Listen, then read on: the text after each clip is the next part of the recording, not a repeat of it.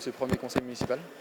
C'était celui d'un devoir accompli puisque je devais présider cette première séance du conseil municipal, une séance d'installation. On est allé un petit peu au-delà parce qu'on a voté pour le maire, pour les adjoints, les délégués, les commissions. Puis on a commencé à prendre quelques mesures et notamment en faveur des commerçants puisqu'il ne faut plus tarder, ils ont besoin qu'on les accompagne. Donc c'était important de voter dès ce soir. Alors justement, est-ce que cette crise de coronavirus, elle a remodelé un petit peu vos objectifs et elle vous a fait modifier votre politique?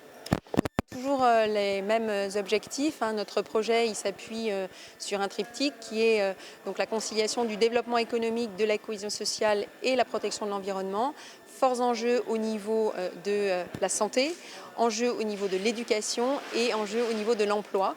Donc notre cap reste le même. Par contre, évidemment, on va devoir s'adapter, on va devoir gérer quelques urgences et puis on va devoir compter en fait nos sous et vérifier quel a été l'impact en fait de cette crise sur les finances de la ville. Est-ce que vous comptez prendre des mesures pour les commerçants ou pour le tourisme pour essayer de développer, parce que c'est vrai que ce secteur d'activité a été particulièrement touché? Nous avons commencé dès ce soir à voter donc en faveur des commerçants une exonération de leurs taxes sur les trottoirs. Sur les aménagements des terrasses.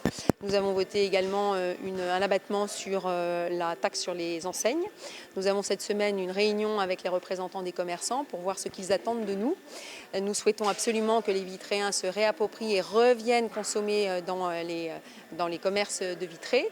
Et puis nous allons devoir travailler avec eux à une campagne de communication pour inviter les Vitréens, mais pas seulement les Vitréens, à venir au niveau touristique en fait, à découvrir ou à redécouvrir notre ville, puisque vous avez tout un tas de Français finalement qui ne partiront pas forcément en vacances ou qui partiront pas très loin.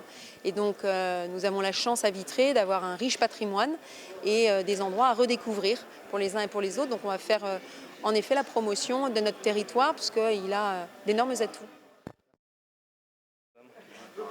C'est votre premier conseil municipal, c'est ça?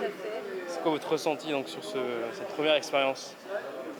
Première expérience, eh bien, finalement, j'appréhendais un petit peu et je trouve que ça s'est bien déroulé, ça s'est bien enchaîné, ça s'est bien passé finalement. Et voilà, puis on avait hâte à rentrer dans l'action en fait. Il fallait vraiment, là c'était trop long, il fallait vraiment qu'on rentre dedans et voilà, j'ai trouvé ça bien.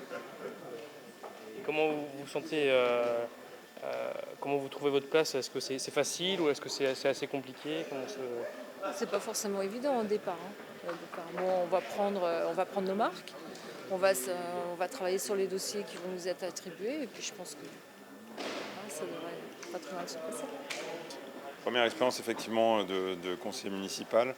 J'ai l'habitude de participer à des assemblées, des conseils d'administration, des choses comme ça. Mais là, c'est la première fois que je suis investi pour la collectivité dans laquelle je vis, dans laquelle ma famille vit et évolue. Donc ça rajoute une dimension supplémentaire, une dimension affective, une dimension personnelle très forte. Contexte sanitaire très particulier, donc là aussi l'inquiétude de savoir comment les choses allaient se passer.